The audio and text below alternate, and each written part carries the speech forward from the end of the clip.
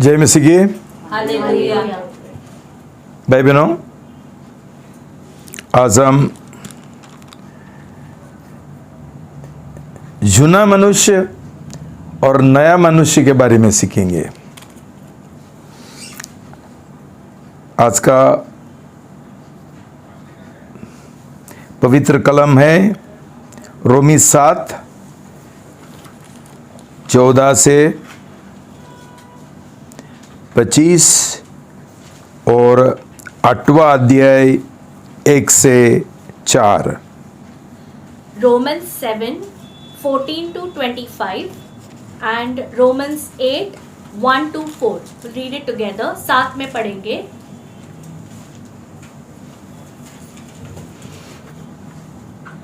सब साथ में पढ़ेंगे। क्योंकि हम जानते हैं कि नियम शास्त्र तो आत्मिक है, परंतु मैं शारीरिक हूँ तथा पाप के हाथों बिका हुआ हूँ।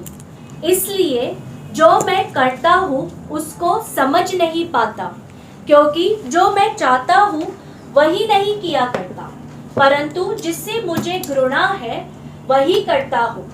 परंतु यदि मैं जो नहीं चाहता वही करता हूँ, तो मैं यह मानते हुए नियम शास्त्र से सहमत हूँ कि वह भली है। तो ऐसी दशा में उसका करने वाला मैं नहीं रहा, परंतु पाप है जो मुझ में बसा हुआ है। इसलिए मैं जानता हूँ कि मुझ में अर्थात मेरे शरीर में कुछ भी भला वास नहीं करता। इच्छा तो मुझ में है, परंतु मुझसे भला कार्य बन नहीं पड़ता। क्योंकि जिस भलाई की मैं इच्छा करता हूँ वह तो नहीं कर पाता, परंतु जिस बुराई की इच्छा नहीं करता वही करता रहता हूँ।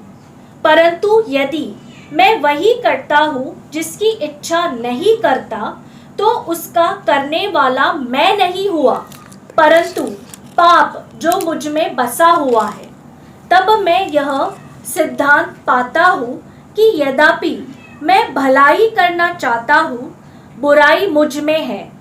क्योंकि मैं भीतरी मनुष्यत्व में आनंद पूर्वक परमेश्वर की नियम शास्त्र से सहमत रहता हूँ, परंतु मुझे अपने अंगों में एक भिन्न नियम शास्त्र का बोध होता है, जो मेरे मन की नियम शास्त्र के विरुद्ध युद्ध करती रहती है, और पाप की नियम शास्त्र जो मेरे अंगों में है उसका बंदी बना देता है। मैं कैसे अभागा मनुष्य हूँ! मुझे इस मृत्यु की देह से कौन छुड़ाएगा? हमारे प्रभु यीशु मसीह के द्वारा परमेश्वर का धन्यवाद हो। अतः एक और तो मैं स्वयं अपने मन से परमेश्वर की व्यवस्था की, परंतु दूसरी ओर अपने शरीर से पाप की नियम शास्त्र की सेवा करता हूँ। रोमी 8:1 से 4। अतः अब उन पर जो मसीह यीशु में है दंड की आज्ञा नहीं, क्योंकि जीवन के आत्मा की नियम शास्त्र ने मसीह यीशु में तुम्हें पाप और मृत्यु की नियम शास्त्र से स्वतंत्र कर दिया है। क्योंकि जो काम नियम शास्त्र शरीर के द्वारा दुर्बल होता है नहीं कर सकी, उस काम को परमेश्वर ने किया, अर्थात अपने ही पुत्र को पाप में शरीर की समानता में तथा पाप के लिए बलिदान होने को भेजकर शरीर में पाप को दोषी ठहराया, जिससे कि नियम शास्त्र की मांग हम में पूरी हो, जो शरीर के अनुसार नहीं परंतु आत्मा के अनुसार चलते हैं। प्रार्थना करेंगे। पिता परमेश्वर, मैं खुद को आपका स्वाधीन करना चाहता हूँ। मुझे आपका पवित्र आत्मा से भर देना और आज का संदेश स्पष्ट रूप से लोगों को सिखाने के लिए मुझे मदद करो प्रभु। ये बहुत महत्वपूर्ण सच्चाई है। और मैं प्रार्थना करता हूँ पवित्र आत्मा आप हर एक जन से बात करना, हर एक का दिल खुला करना, हर एक का मन खुला करना, उनका आंखें खुला करना और मेरा ओंठों को आप अभिषेकित करना, मेरा दिल और मेरा मन शुद्ध करना, आपका शक्ति से मुझे भर देना। मैं धन्यवाद देता हूँ, अपने मेरा प्रार्थना सुन लिया। कि मैं प्रार्थना यीशु का नाम से करता हूँ, आमेन। भाई बहनों, एक बहुत महत्वपूर्ण संदेश है। क्यों? ये सच्चाई नहीं जानने से प्रभु यीशु मसीह का कलीसिया में बहुत नुकसान हो गया है।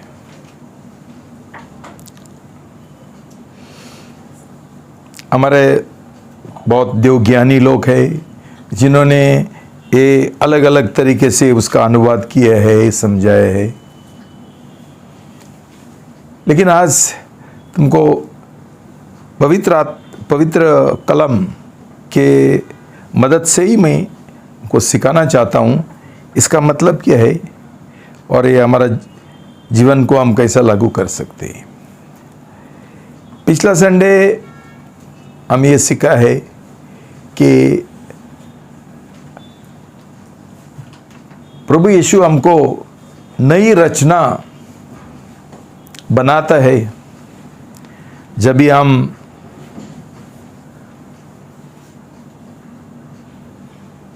उसको दिल से स्वीकार करते हैं और हमारा जीवन का उसको बादशाह,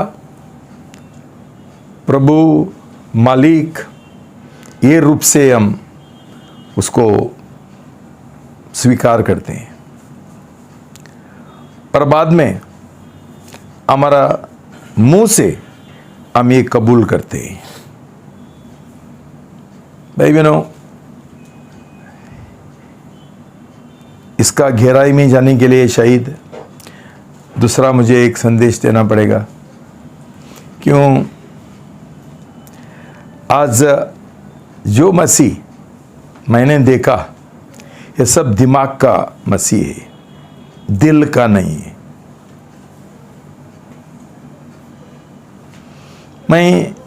ये मेरा अनुभव है कि मैं पहला एक कैथोलिक पादरी था और ये हिसाब से मेरा उद्धार नहीं हुआ था। क्यों? मैं बहुत फिलॉसफी और थियोलॉजी सीखा और मेरा पूरा विश्वास दिमाग का था। आज भी ऐसा बहुत सारे लोग हैं जो प्रभु को दिमाग में स्वीकार करते हैं, मानते हैं वो प्रभु है, वो एक ही सच्चा परमेश्वर है और शायद कि वो क्रूस के ऊपर मरा है हमारा पापों के लिए, जी उठा है, सब कुछ मान लेते हैं। लेकिन सब दिमाग में, दिल में उन्होंने उसको स्वीकार नहीं किया और उनको उनका जीवन का बादशाह और मालिक नहीं बनाया।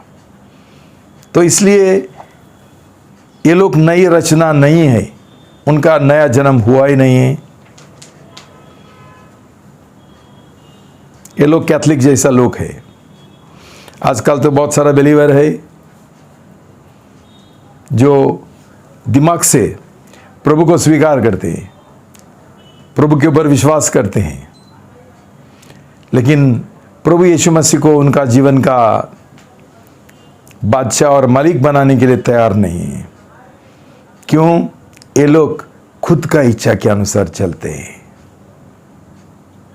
मैं प्रभु का इच्छा के अनुसार नहीं चलना चाहता हूं। उनका प्रेम प्रभु के और दिमाग का है, दिल में प्रेम संसार का है, पैसा का है, परिवार का है। ऐसा लोगों को कैसा नई रचना बोल सकते हैं, नया जन्म हुआ कैसा बोल सकते हैं? ये सब टाइम पास मसीह लोग है। भाई बहनों, एक बहुत महत्वपूर्ण बात यह है कि प्रभु यीशु मसीह ने यूहन्ना 3 और 5 में लिखा है,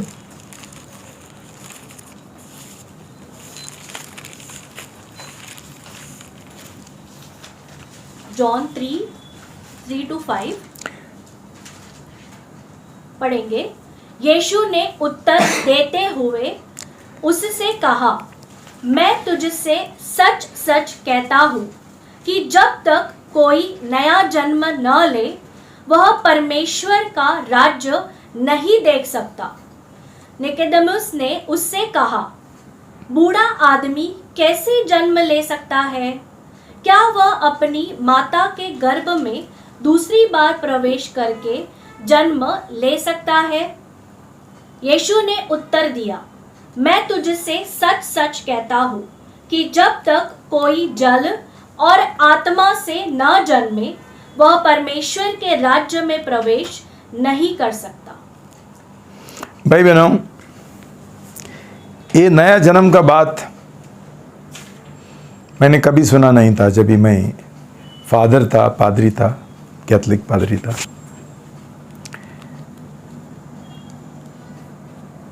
आज भी लोग ज़्यादा से ज़्यादा बोलते हैं मैं विश्वासी हूँ।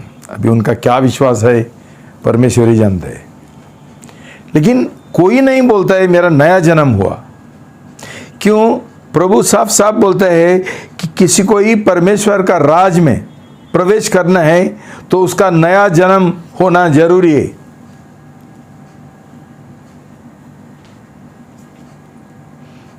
आजकल बहुत सारा विश्वासी है जिनका नया जन्म नहीं हुआ।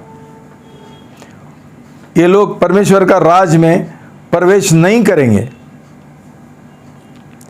मेरा सवाल ये है, नया जन्म होना क्यों जरूरी है हमको परमेश्वर का राज में प्रवेश करने के लिए? देखो भाई बहनों, परमेश्वर का राज जैसा हमारा ये पृथ्वी पर अलग अलग राष्ट्र देश रहते हैं और एक एक देश में प्रवेश करने के लिए उनका नियम रहता है, जिसको हम बोलते हैं वीज़ा।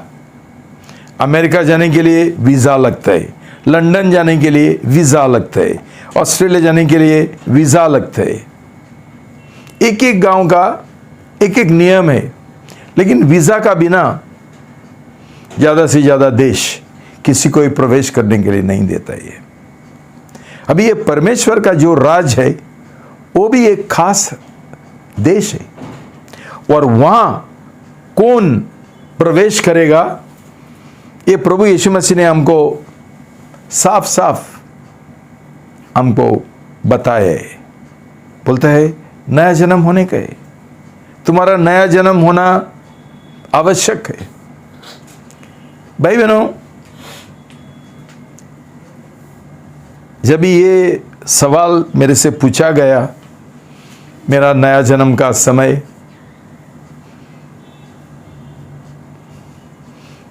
सऊदी अरेबिया में, अरब रेगिस्तान में, उन्होंने पूछा नया जन्म हुआ है क्या? मैंने पूछा उनको ये नया जन्म का मतलब क्या है? उनका जवाब निकोदेमस का जैसा था। आप एक कैथोलिक फादर है, आपको नया जन्म क्या है मालूम नहीं? मैंने बोला नहीं। तो भाई बहनों, ये लोगों ने मुझे समझाया और मैं बहुत खुशी से, आनंद के साथ मैंने नया जन्म पाने के लिए जो कदम है, ज़्यादा से ज़्यादा पश्चाताप, मेरा जीवन का समर्पण 100% और त्यागीकरण, उस दिन मैंने वो निर्णय लिया। तब से भाई बहनों आज तक वही आग, वही पवित्र आत्मा का आग मेरे अंदर आज तक है, और हर एक का व्यक्ति जिसका नया जन्म हुआ, वैसा ही ये लोग आग से भरे हुए लोग बनेंगे। लेकिन आज 1000 लोग नकली बपतिस्मा लेता है, लेकिन उनका दिल में एक ही प्रेम है, दुनिया का, परिवार का, पैसा का, नौकरी का। आप मुझे बोलो भाई बहनों, तुम मान लेंगे तुम्हारा नया जन्म हुआ? जब भी प्रभु हमारा नया पहला प्रेम नहीं है, हमको हक है, हमको हिम्मत है ये बोलने के लिए कि हमारा नया जन्म हुआ है, क्यों प्रभु हमारा पहला प्रेम है, कि उसका बिना मेरा दूसरा कोई नहीं है, ये बोल सकते हैं। हम जानते हैं हमारा दिल में हम किसका प्रेम करते हैं, लेकिन 1000 कलीसिया चल रहे हैं जो लोगों को बहकवाते हैं, और ये सब लोग अच्छा अच्छा नाम देते हैं उनका कलीसिया का, और सब लोगों को बोलता है तुम विश्वासी है, लेकिन बिल्कुल दुनियादारी है, दुनिया का प्रेम करते हैं, संसार का प्रेम करते हैं। तो भाई बहनों, ये समझने के लिए ज़्यादा कठिन नहीं है। हमको परमेश्वर का राज में जाने के लिए वीज़ा लगते है, और ये वीज़ा है नया जन्म। उसका बिना हम नहीं बोल सकते। परमेश्वर का राज यहाँ शुरू होता है, जब भी हमारा नया जन्म होता है तभी हम सीधा परमेश्वर का राज में, तभी हम इस संसार का राज में नहीं है। प्रभु यीशु मसीह ने हमको बताया कि तुम ये संसार में है, लेकिन तुम ये संसार का नहीं है। लेकिन आज हम क्या बोलेंगे? हम संसार में है और संसार का लोक है, फिर भी हम बोलते हैं हमारा नया जन्म हुआ, हम विश्वासी है, मेरा उद्धार हुआ। क्यों? लोगों को समझता ही नहीं है, और शायद उनको किसी ने समझाया भी नहीं है, तो ये लोग अनजान है, ऐसा जी रहे। भाई बहनों देखो, आपने सुना होगा और फोटो भी देखा होगा, जो लोग स्पेस में जाते हैं, अंतरिक्ष में जाते हैं, कभी फोटो देखा है क्या? ये सूट पैंट और टाई मार के जाते हैं क्या उधर? उनका जो पोशाक है वो पूरा इतना इतना इतना मोटा रहता है, इतना झाड़ा रहता है, पूरा उनको उसमें उनको जाना पड़ता है। ऐसा पोशाक नहीं रहेगा, ये लोग अंतरिक्ष में नहीं जा सकते। वो पोशाक जरूरी है अंतरिक्ष के लिए। हमारा जो जवान, हमारा सैनिक जो है, फौजी है, ये लोग वहाँ लद्दाख और सिक्किम और उधर उत्तर भाग में उधर लड़ाई करते हैं, उधर है।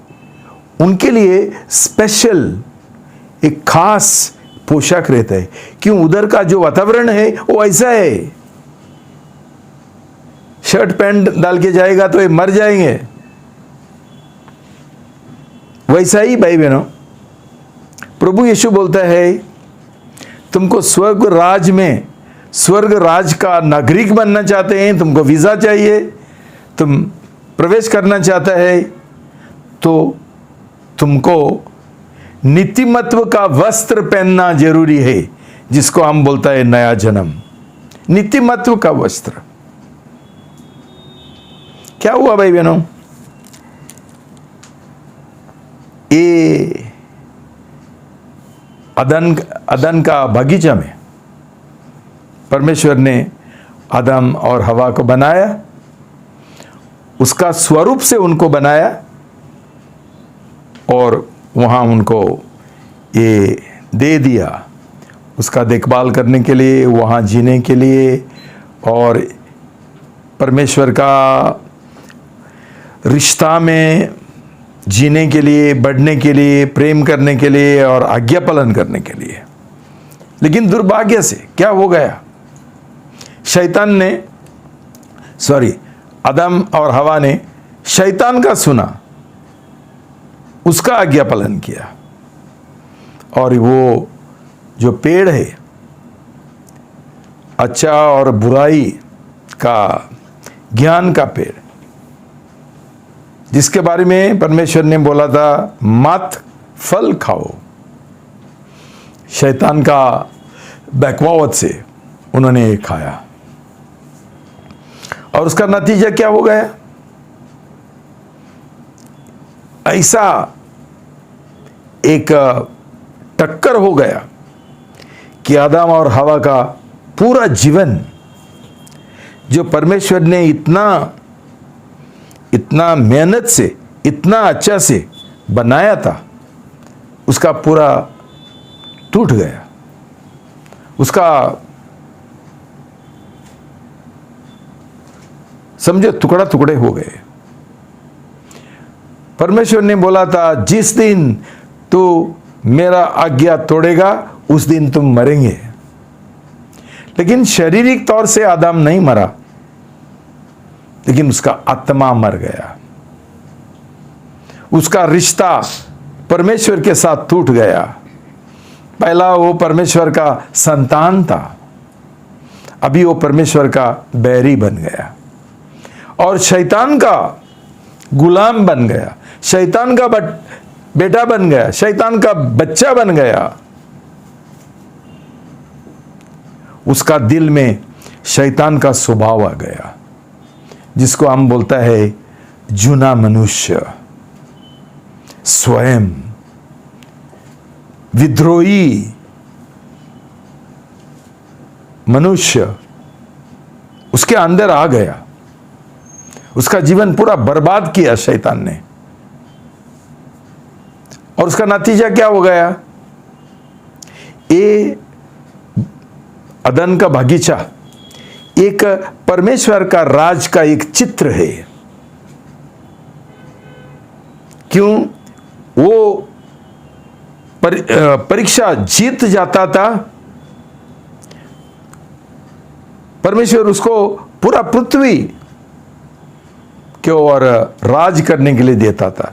ये एक ट्रेनिंग का ग्राउंड था उसको, अदन का बागीचा। वो ट्रेनिंग परीक्षा फेल हो गया और परमेश्वर को तुरंत उसको उसका राज्य से, परमेश्वर का राज्य से, अदन का बगीचा से उसको निकालना पड़ा। क्यों? अभी जो उसका पहला नीतिमत्व का वस्त्र था, एक खास उसका रिश्ता था परमेश्वर के साथ, ये सब कुछ टूट गया, नाश हो गया। इतना ही नहीं है, उसका निकालने के बाद परमेश्वर ने उसका स्वर्गदूत को उधर रखा है, ये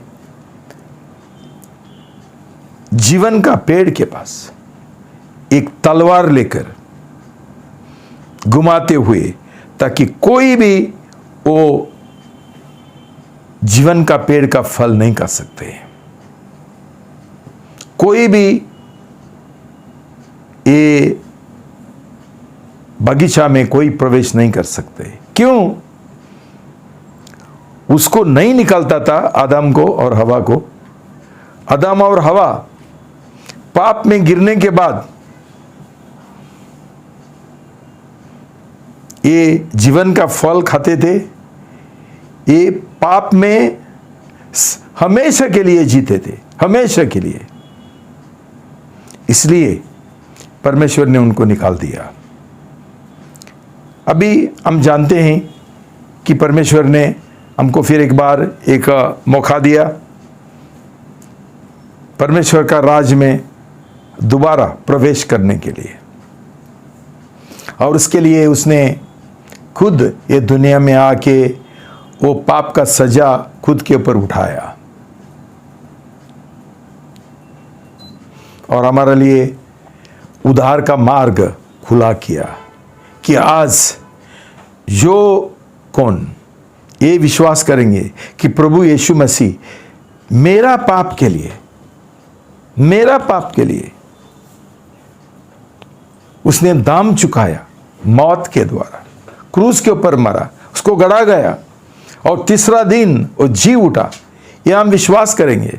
अब प्रभु यीशु मसीह को हमारा जीवन का बादशाह मालिक बनाएंगे, उसको हमारा 100% हम प्रेमी बनाएंगे और ये मुंह से कबूल करेंगे, दिल में विश्वास करने के बाद, दिल में उसको बसाने के बाद कि वो अभी, जैसा पौलुस बोलता है, मैं अभी नहीं जी रहा हूं, प्रभु यीशु मेरा अंदर जी रहे। जो हम सीखा था कि परमेश्वर हमारा दिल में रहना चाहता है, तंबू में नहीं है। परम पवित्र स्थान अभी हमारा दिल है, हमारा देह है, वहां रहना चाहता है। और जब भी हमारा नया जन्म होता है, पिता, पुत्र और पवित्र आत्मा हमारा अंदर रहने के लिए आते हैं। भाई बहनों, ये नई रचना है, नया जन्म है। तो क्या होता है कि जब भी हमारा नया जन्म होता है, हम नया मनुष्य बनता है।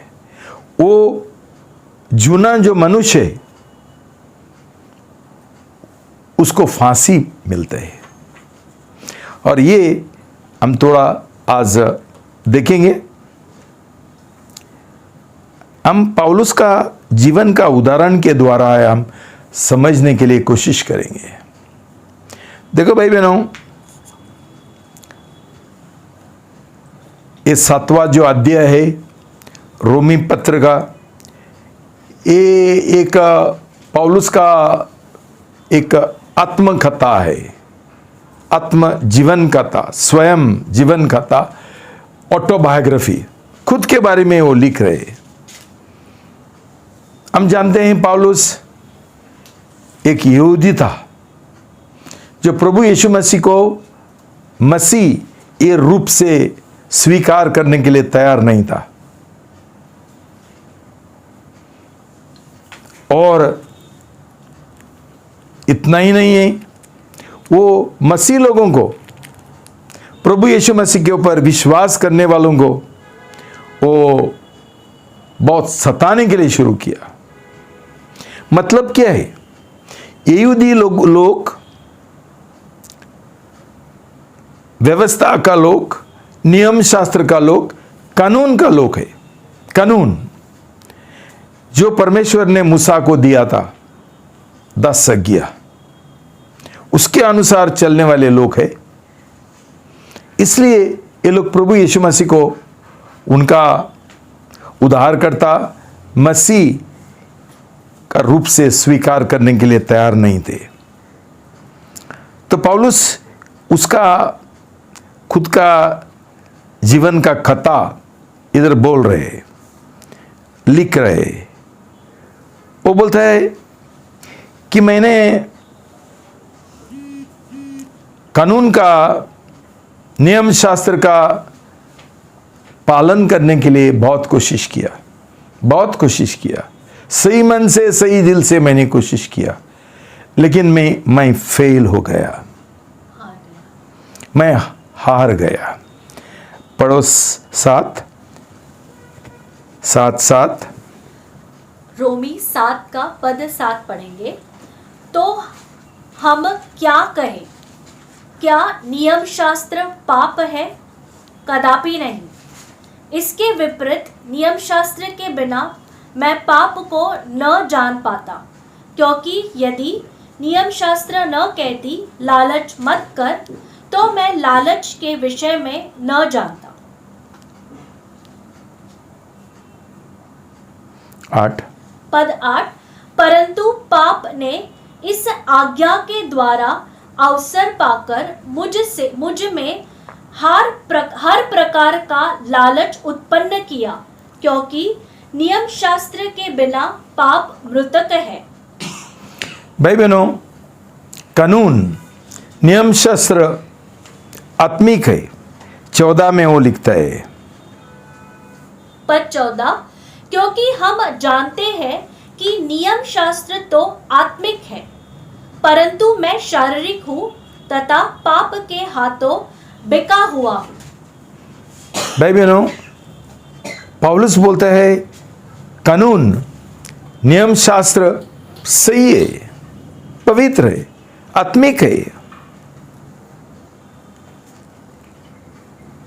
इज द लॉ सिन? कानून पाप है? नहीं है। लेकिन कानून मुझे मदद नहीं कर सका।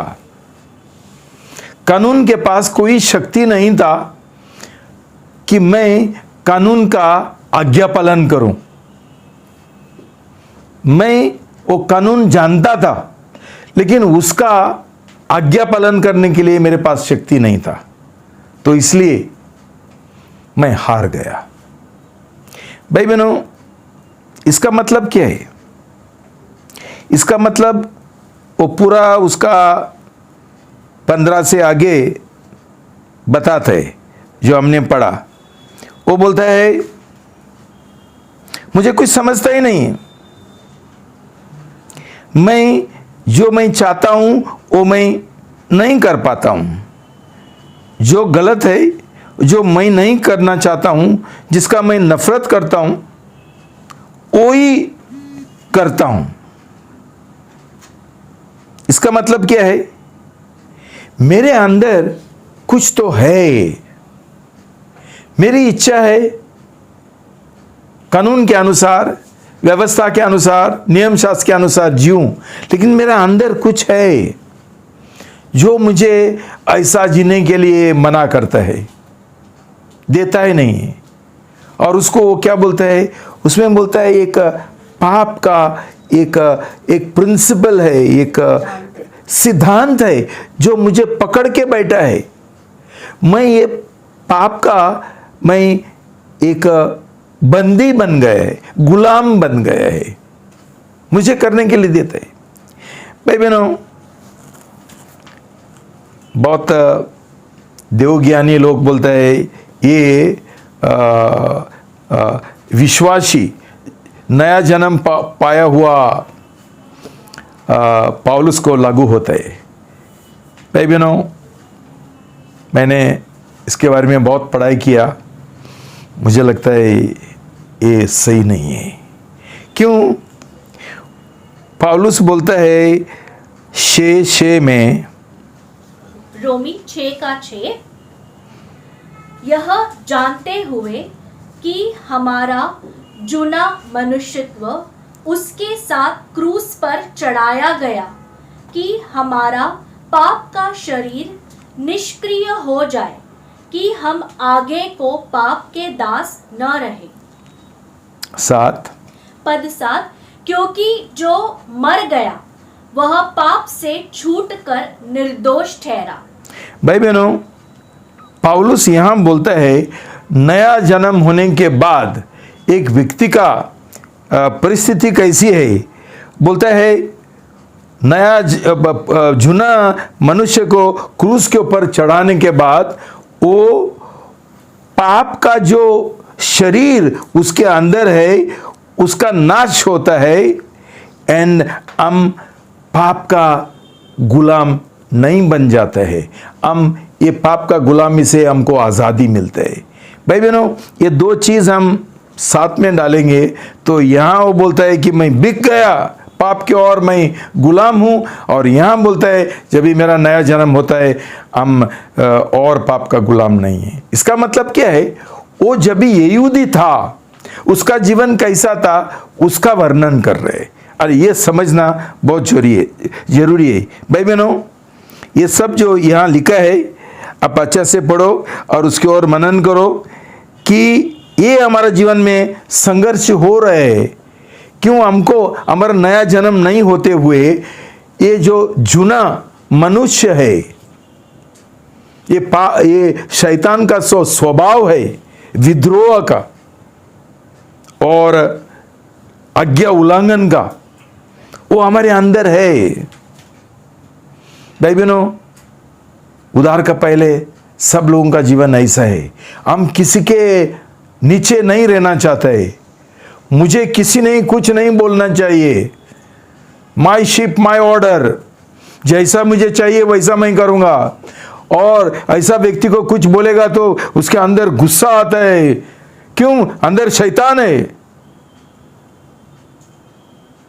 वो झूना मनुष्य है, वो गुस्सा का और विद्रोह का वो दुष्ट आत्मा है जो काम करता है, जिसने उसको उसका कब्जा में रखा है। यही तो बोल रहे हैं। मैं जानता हूं क्या सही है, लेकिन करने के बाद, करने का समय मैं वही करता हूं जो मुझे नहीं चाहिए। तो बोलता है मेरे अंदर 21 रोमी 7:21, तब मैं यह सिद्धांत पाता हूँ कि यद्यपि मैं भलाई करना चाहता हूँ, बुराई मुझ में है। पद 22, क्योंकि मैं भीतरी मनुष्यत्व में आनंद पूर्वक परमेश्वर की नियम शास्त्र से सहमत रहता हूँ। मैं कानून के साथ, मूसा का जो कानून है, परमेश्वर का जो कानून है, उसमें मैं सहमत हूं अंदर, लेकिन बाहर मेरे अंदर, मेरा शरीर में 23 पद 23, परंतु मुझे अपने अंगों में एक भिन्न कानून का बोध होता है, जो मेरे मन के कानून के विरुद्ध युद्ध करती रहती है, और पाप की कानून जो मेरे अंगों में है उसका बंदी बना देती है। मुझे बंदी बनाया बोलते हैं। भाई बहनों, हम कभी बोल सकते हैं क्या?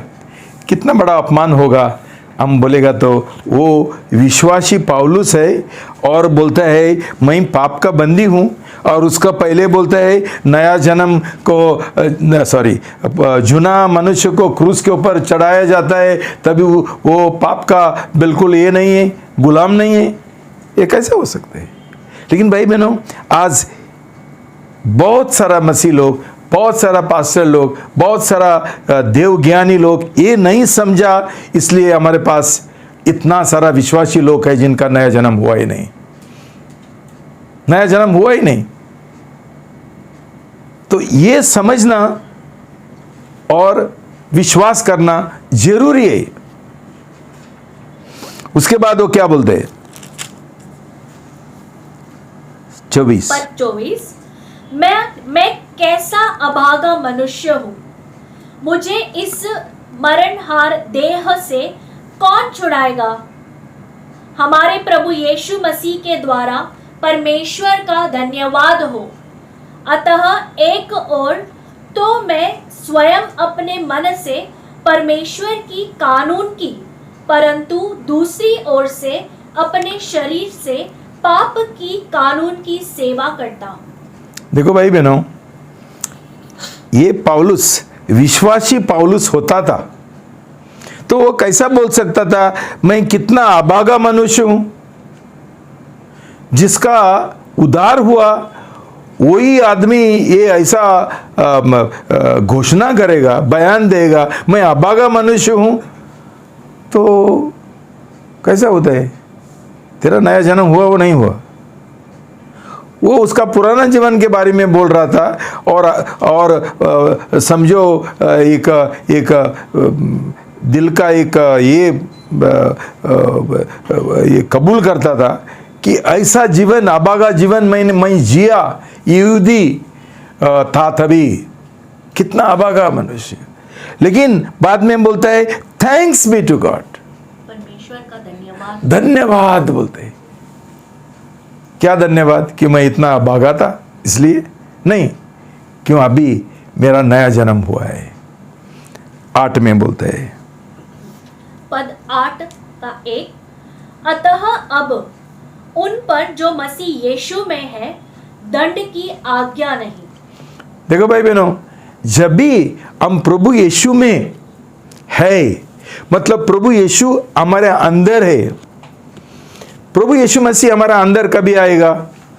कभी हमारा नया जन्म, हमारा नया जन्म हुआ और जो जूना मनुष्य है उसको क्रूस के ऊपर चढ़ाया, उसको फांसी दिया, उसको प्राण दंड मिला, उसको निकाला। देखो भाई बहनों, हम जानते हैं कि हम सिर्फ एक औरत के साथ शादी कर सकते हैं। कौन सा ही औरत को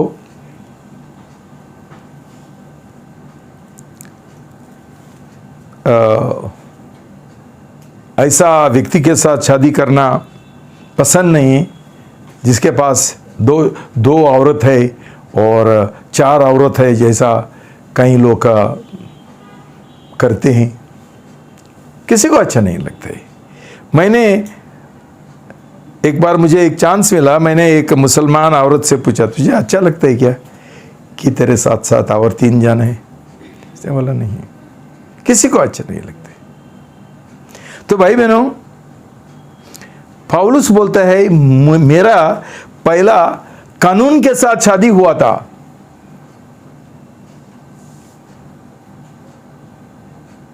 और ये कानून के द्वारा मैं ऐसा अभागा जीवन जिया है। क्यों?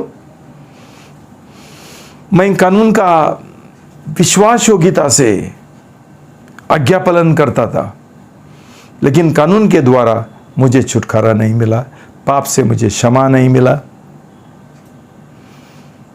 तो परमेश्वर ने कानून क्यों दिया था? कानून आत्मिक है, वो पाप नहीं है, अच्छा है, तो क्यों दिया? प्रभु का वचन बोलता है कि कानून एक आईना जैसा है। हम जब भी आईना में देखते हैं तभी हमको मालूम पड़ता है हमारा बाल कैसा है, हमारा चेहरा कैसा है, सब कुछ। लेकिन समझो तुम्हारा फेस, चेहरा में एक पिंपल आ गया, आईना तुमको बराबर दिखाएगा कि एक पिंपल है, लेकिन आईना लेकर तू ऐसा घासेगा, पिंपल जाएगा क्या?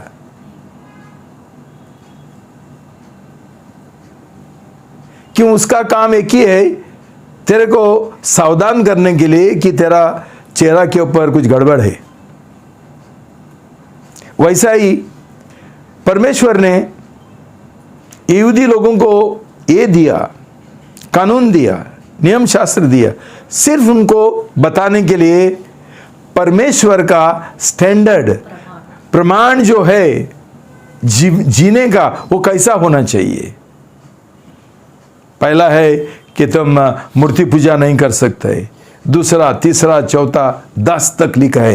ये सब कुछ मुझे पसंद नहीं है, ये नहीं करना चाहिए, ये करेगा तो पाप है।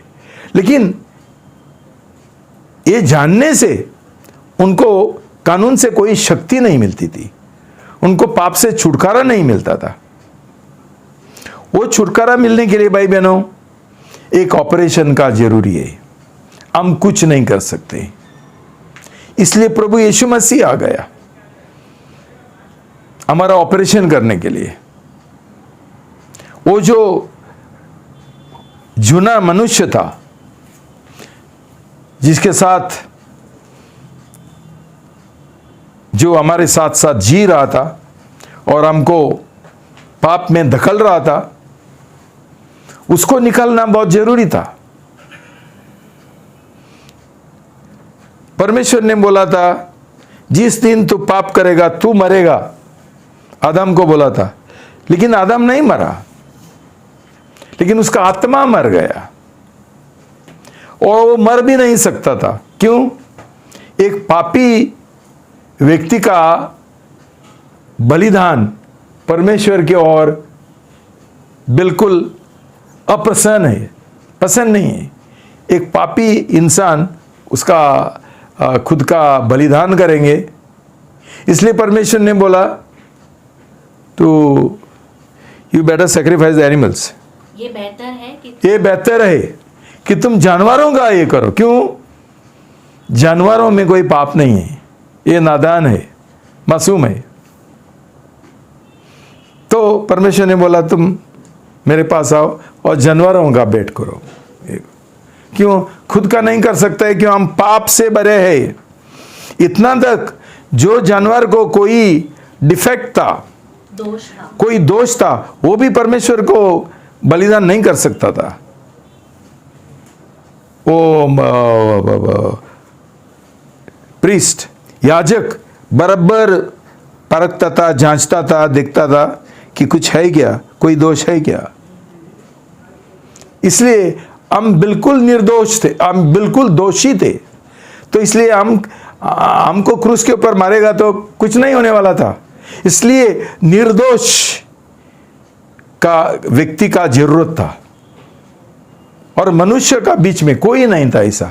इसलिए प्रभु यीशु मसीह स्वर्ग छोड़ के, जो परमेश्वर था वो पद छोड़ के ये दुनिया में आया, और उसने हमारा रूप धारण किया, मनुष्य बन गया, और हमारा तरफ से उसने जान दिया, पाप का दाम चुकाया, और उसके द्वारा हमको भी छुटकारा मिला। जैसा आदम के द्वारा सब लोग पापी बन गया, आज प्रभु यीशु मसीह के द्वारा हम सब लोग नीतिमान बन सकते हैं। भाई बहनों, 2 खूनी थे, 3 खूनी होना मांगता था। तीसरा खूनी का नाम जानते हैं तुम? कोई जानता है क्या तीसरा खूनी का नाम?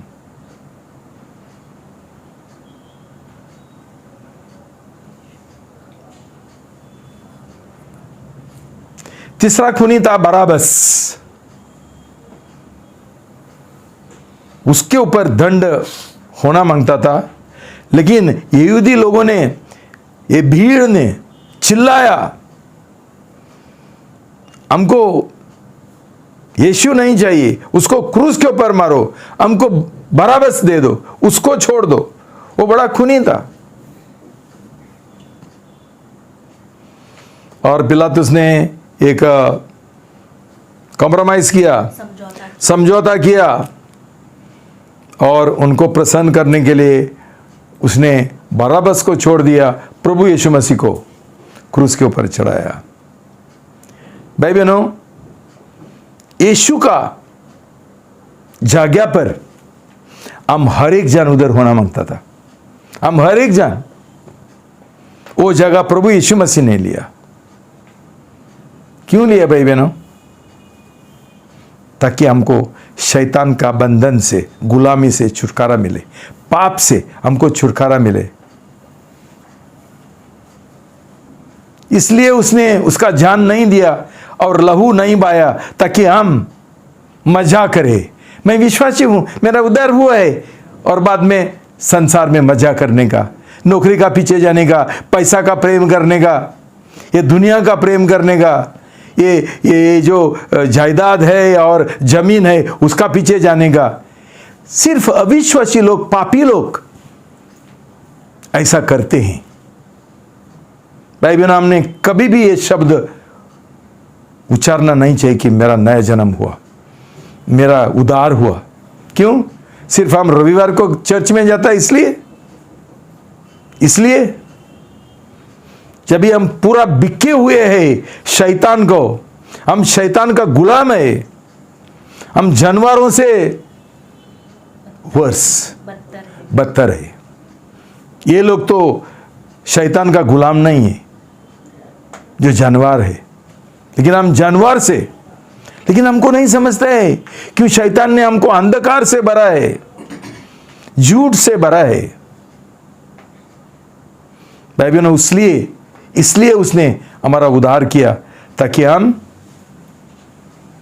हमको पूरा शैतान का बंधन से छुटकारा मिले, पाप से हमको छुटकारा मिले, और हम परमेश्वर का संतान बने, और उसका जो विरासत है हम वारिश बने। इसके लिए स्वर्गीय राज का हम ये बने, नागरिक बने। इसलिए उसने इतना कष्ट उठाया, इतना लहू बहाया और जान दिया, भाई बहनों, ये समझना बहुत जरूरी है।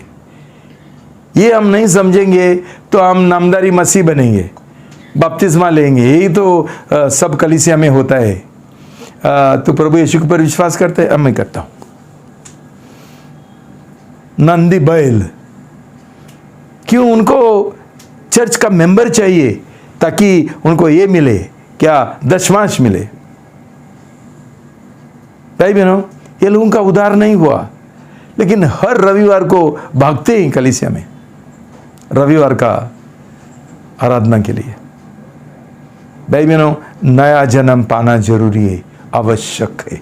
ना तो हमको परमेश्वर का राज में हमको प्रवेश नहीं मिलते। प्रभु का वचन बोलता है 1 कोरिन्थी 15:50, 1 Corinthians 15:50 पढ़ेंगे। हे भाइयों, मैं यह कहता हूँ कि मांस और लहू परमेश्वर के राज्य के उत्तराधिकारी नहीं हो सकते, और ना विनाश अविनाशी का अधिकारी हो सकता है। भाई बहनों, ये हमारा संसारिक कपड़े डाल के हम स्वर्गीय राज में प्रवेश नहीं कर सकते। मांस और लहू, भाई बहनों, जैसा अंतरिक्ष में कोई लोग इधर संसारिक कपड़ा डाल के उधर नहीं जा सकते हैं, जैसा ही कोई ये ठंडा देश में साधारण कपड़ा नहीं डाल के नहीं सकते, वैसा ही परमेश्वर का राज में जाने के लिए हमको उद्धार का, नीतिमत्व का, पवित्रता का कपड़े और वस्त्र पहनना बहुत जरूरी है। भाई बहनों, आज उसमें गहराई से जाने के लिए मुझे समय नहीं है, लेकिन मैं थोड़ा बहुत मैं तुमको सिखाना चाहता हूँ। रोमी 6:1 से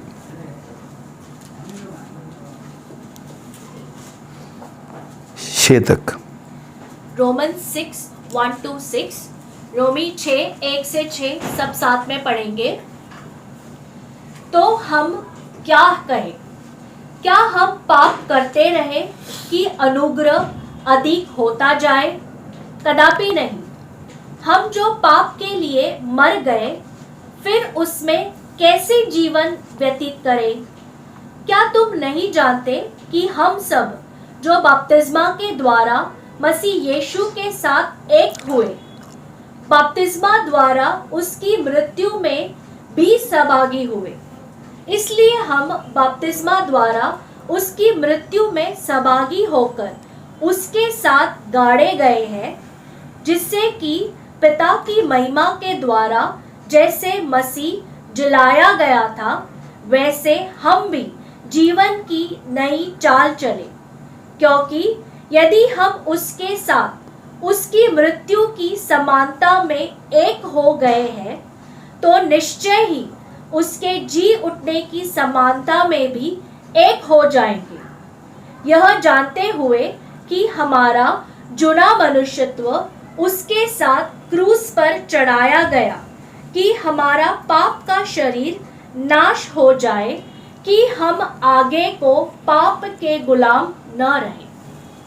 भाई बहनों, प्रभु का वचन बोलता है, नहीं जानते हैं क्या? यही तो बड़ा समस्या है आज मसीह कलीसिया का और मसीह लोगों का। ये जो रहस्य है, ये जो एक प्रकाशन है, अभी तक ये कलीसिया को मिला नहीं है। नहीं जानते हैं क्या? क्या नहीं जानते हैं कि हमारा जूना मनुष्य को क्रूस के ऊपर चढ़ाया प्रभु यीशु के साथ साथ, ताकि हमारा पाप का शरीर का नाश हो जाए, खंडन हो जाए, और हम इसके आगे पाप का गुलाम ना बने। भाई बहनों, मैं आपको ये समझाता हूँ, ये किधर से आया ये गलत शिक्षा। ये गलत शिक्षा दूसरे लोग नहीं जानते हैं, ये मैं जानता हूँ। क्यों? मैं पहला कैथलिक पादरी था, इसलिए। रोमन कैथलिक जो है ना चर्च, ये सिखाता है कि बच्चों का इन्फेंट्स शिशुओं का जो बपतिस्मा है, जिनको ये लोग क्रिश्चनिंग बोलते हैं, क्रिश्चनिंग, छोटा बच्चे के ऊपर थोड़ा ये छिड़कता है। मैं भी वैसा ही कैथलिक बन गया। उसके द्वारा उनका नया जन्म होता है, ये उनका शिक्षा है। उसके ऊपर एक दूसरा एक फादर था मेरा जैसा पादरी, जिसका नाम है मार्टिन लूथर। उसने एक निषेध मारा, बोला ये मुझे पसंद नहीं है कि बच्चों का ये गलत है। इसके लिए अभी हम लोग का दुभाने का बपतिस्मा लेता है और बुजुर्ग लोगों का बपतिस्मा पहला ये बच्चों का था। तो इसमें क्या हो गया, ये शिक्षा के लिए बाद में मार्टिन लूथर होने दो और दूसरे सब जो लोग प्रोटेस्टेंट लोग होने दो, उन्होंने बोला बपतिस्मा के द्वारा कुछ नहीं होता है। प्रोटेस्टेंट लोगों ने सिखाया कि सिर्फ विश्वास के द्वारा हमारा उद्धार होता है, सिर्फ विश्वास के द्वारा। मतलब ये अभी एक रिएक्शन था, प्रतिक्रिया था बपतिस्मा का विरुद्ध। ये सही बपतिस्मा नहीं है, वो गलत बपतिस्मा था जो बच्चों को पर पानी छिड़कते हैं। तो ऐसा करके प्रोटेस्टेंट जो लोग है और उसके बाद जो दूसरा सब लोग आया बाद में, इवेंजेलिकल्स और पेंटेकॉस्टल, सब क्या बोलते हैं, बपतिस्मा के द्वारा कुछ नहीं होता है, हम विश्वास करना है, विश्वास के द्वारा हमारा उद्धार होता है। भाई बहनों, जरूर विश्वास के द्वारा ही होता है, लेकिन प्रभु का वचन स्पष्ट बोलता है कि जब भी तुम लोग बपतिस्मा लेता है तभी एक बड़ा चमत्कार होता है कि उस समय तुमको वहां कलवरी पर्वत में यीशु का जगह पर तुमको क्रूस पे ऊपर नहीं चढ़ा सकता था, लेकिन अभी एक राज और एक रहस्य का तौर से, इन अ मिस्टीरियस वे, एक चमत्कार के साथ जब भी हम बपतिस्मा लेते हैं तभी हम प्रभु यीशु मसीह का जो क्रूस के ऊपर चढ़ाया और मौत और गाड़े जाने में हम शामिल होते हैं। इसलिए बपतिस्मा का जरूरी है। लेकिन कौन सा बपतिस्मा? जो बपतिस्मा हम सही तैयारी के साथ करते हैं, जिधर हम सही रीति से हमारा पाप का हम शोक मनाते हैं और पश्चाताप करते हैं, और ये पाप हमेशा के लिए हम छोड़ने के लिए तैयार है और एक नया जीवन शुरू करने के लिए तैयार है, जो जीवन हम प्रभु यीशु के ओर समर्पण करता है 100%, और उसके लिए हम सब कुछ पीछे त्यागने के लिए तैयार है। भाई बहनों, ये मन से, ये तैयारी के साथ जब भी हम बपतिस्मा लेंगे, वो बपतिस्मा सही है, और वो बपतिस्मा के द्वारा हमारा जो पुराना मनुष्य है उसको दंड मिलता है, उसको क्रूस के ऊपर चढ़ाया जाता है, उसको फांसी मिलता है, वो मर जाता है।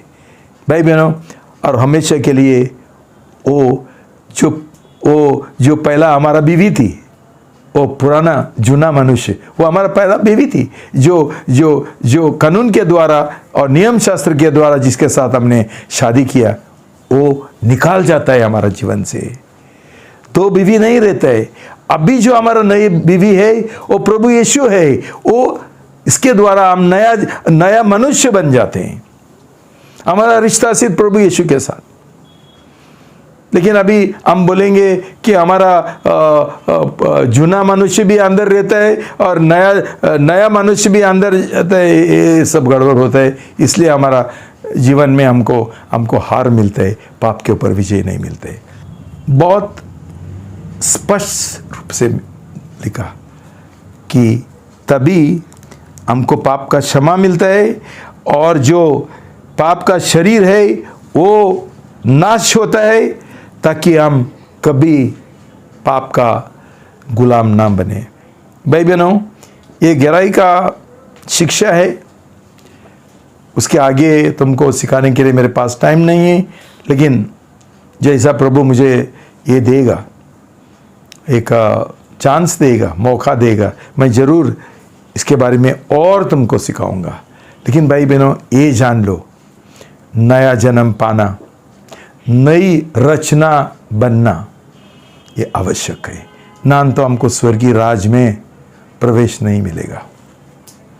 हम कभी ये शैतान का झूठ कभी हम स्वीकार नहीं करना चाहिए। मैंने बपतिस्मा लिया ना, मैं मसीह हूं, मेरा उद्धार हो गया, मेरा नया जन्म हो गया। भाई बहना, नकली बपतिस्मा लेकर हमको हमारा नया जन्म नहीं होता है। उसमें हमारा करार बराबर होना चाहिए। हमने एक शपथ लेना चाहिए कि मैं पुराना जीवन नहीं जीना चाहता हूँ। मैं इसके आगे मेरा परिवार को पहला स्थान नहीं देगा, मेरा नौकरी का पहला स्थान नहीं देगा, पाप का जीवन नहीं जीऊंगा, प्रभु को पहला स्थान देगा। पूरा समर्पण करके मैं जीऊंगा अभी, जिधर प्रभु मेरा पहला प्रेमी है। इसके बाद हम शादी करेंगे। जैसा लोग शादी करता है ये दुनिया में, जब ये लोग शादी करता है, एक पति पत्नी को बोलता है तेरा सिवा, आज का गाना क्या था, नहीं दूसरा कोई दिल, मेरा दूसरा कोई बीवी नहीं है दिल में, तू एक ही है। और बीवी बोलती है तेरे सिवा मेरा दूसरा कोई आदमी नहीं है, तू एक ही है।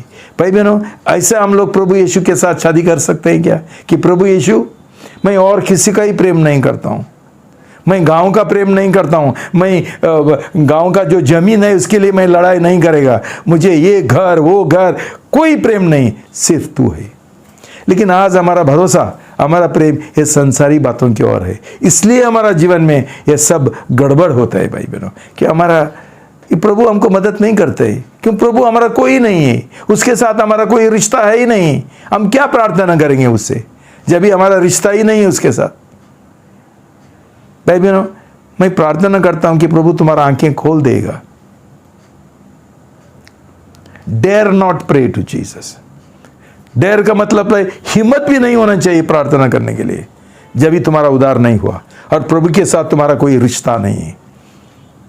कौन है, कौन लगता है तुम्हारा प्रभु? क्या रिश्ता है तुम्हारा? किससे प्रार्थना करते हैं तुम लोग?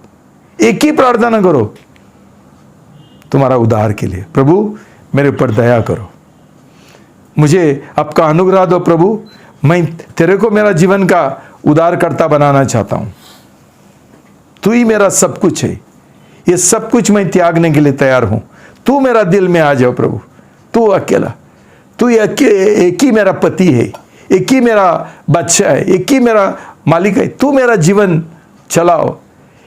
इसके पहले मैं ही चलाता था जीवन, लेकिन मैंने मैस किया, मतलब मैंने बिगाड़ दिया, सब कुछ बिगड़ गया। मैं क्यों?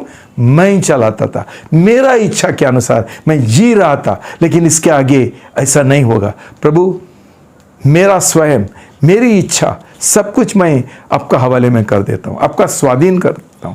अभी तू मेरा जीवन जियो, चलाओ। I live but not I, Jesus loves in me. यीशु मेरे अंदर रहता है और वही मुझे चलाता है, उसका इच्छा मैं करना चाहता हूं। इसको बोलता है नया जन्म। भाई बहनों, दो व्यक्तियों को, मनुष्य को लेकर हम नहीं जी सकते। एक जूना मनुष्य अंदर, शैतान का एजेंट और स्पाई, और ये बाजू नया मनुष्य, प्रभु यीशु का जो स्वभाव है, नहीं होता है। नकली मसीह जीवन आज तक हम जिया है, नकली मसीह हम अब तक, और ये देखकर ये सब कलीसिया में क्या चल रहा है मुझे दुख होता है। क्यों? हम संसार के सामने कोई हमारा गवाही नहीं है। हम जैसा ये पापी लोग जी रहे हैं संसार में और जैसा ये कर रहे वैसा हम भी कर रहे हैं। प्रभु को कोई मान सम्मान नहीं मिलते, बदनाम होते प्रभु का नाम का। ऐसा ना हो भाई बहनों। मेरा प्रार्थना है कि प्रभु यीशु पवित्र आत्मा के द्वारा आज तुम्हारा दिल को छुएगा और तुम एक ऐसा एक निर्णय लेंगे कि प्रभु इनफ इज इनफ, बहुत हो गया, बहुत हो गया। मैं ऐसा जीवन नहीं जीना चाहता हूँ। क्यों? हम ऐसा जीवन जिएंगे तो हम परमेश्वर का राज में नहीं है, शैतान का राज में जाएंगे, जिसको बोलता है नरक। उधर जाना है। ये संसार का मजाक करते हुए, ये संसार का पीछे जाते हुए, ये हमारा जो लास्टफुल डिजायर्स है, जो अभिलाषाएं हैं, वो पूरा करते हुए सोचो भाई बहनों, और एक सच्चा पश्चाताप करो और नया जीवन शुरू करो। अभी एक नया साल शुरू होने वाला है, 2021। कम से कम परमेश्वर ने हमको ये कोरोना वायरस के द्वारा हमको मारा नहीं, हम जिंदा है। काहे के लिए जिंदा? वही करने के लिए जो अब तक हमने किया, पाप का जीवन, संसार का पीछे जाते हुए, वो हम एक नया जीवन शुरू करना चाहते। सोच लो भाई बहनों, लेकिन गंभीरता होने दो। ऐसा जीवन आगे जियो मत। क्रूस के ऊपर देखो, परमेश्वर ने कितना हमारा प्रेम किया, जान दिया, लहू बहाया, कष्ट उठाया। काहे के लिए? ताकि हम मजा करें, इधर मजा का जीवन जिए, सुख विलास का जीवन जिए, नौकरी करने का, शादी करने का, बच्चा पैदा करने का, बस इतना ही है। यही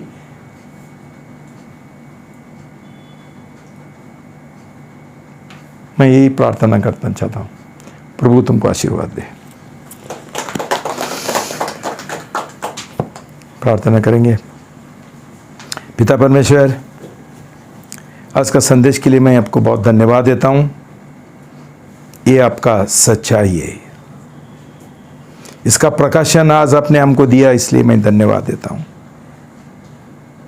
सच्चाई का आत्मा, मैं धन्यवाद देता हूं। पवित्र आत्मा, ये सच्चाई का शब्द लेकर आप लोगों का दिल को छुओ, उनको छुटकारा दो। यीशु का नाम से जो झूठ का और बकवावत का आत्मा लोगों का जीवन काम कर रहे हैं, मैं बांध रहा हूं, तोड़ रहा हूं और हुक्म दे रहा हूं, निकाल जाओ उनका जीवन से। सच्चाई का आत्मा उनका जीवन का कब्जा ले लो प्रभु। उनको सच्चाई का मार्ग में चलाओ प्रभु, ताकि उनका उद्धार हो, उनको नया जन्म हो वो प्रभु। प्रभु उनको छुटकारा दो। ये शैतान का जो झूठ है और गलत जीवन है, उसमें से उनको छुटकारा दो प्रभु। हर एक जो बंधन है उनका जीवन में, छुटकारा दो प्रभु। मैं प्रार्थना करता हूँ ताकि ये नया साल में एक नया जीवन जी सके, उनका उद्धार हो सके, उनका नया जन्म हो सके, नई रचना हो सके, नया मनुष्य बन सके। और प्रभु यीशु के साथ जो प्रभु ने हमारे लिए क्रूस के ऊपर हासिल किया, वो हमको मिले, वो विरासत हमको मिले, वो मिरास हमको मिले। ये मेरा प्रार्थना है प्रभु। हर एक भाई बहनों के लिए, हमारा कलीसिया का भी, और जो ये प्रोग्राम देख रहे, वीडियो देख रहे, उनके लिए भी मैं प्रार्थना करता हूँ कि ये सच्चाई उनका दिल को छूना और कब्जा लेना। धन्यवाद, अपने प्रार्थना सुन लिया। यीशु के नाम से प्रार्थना करता हूँ, आमीन।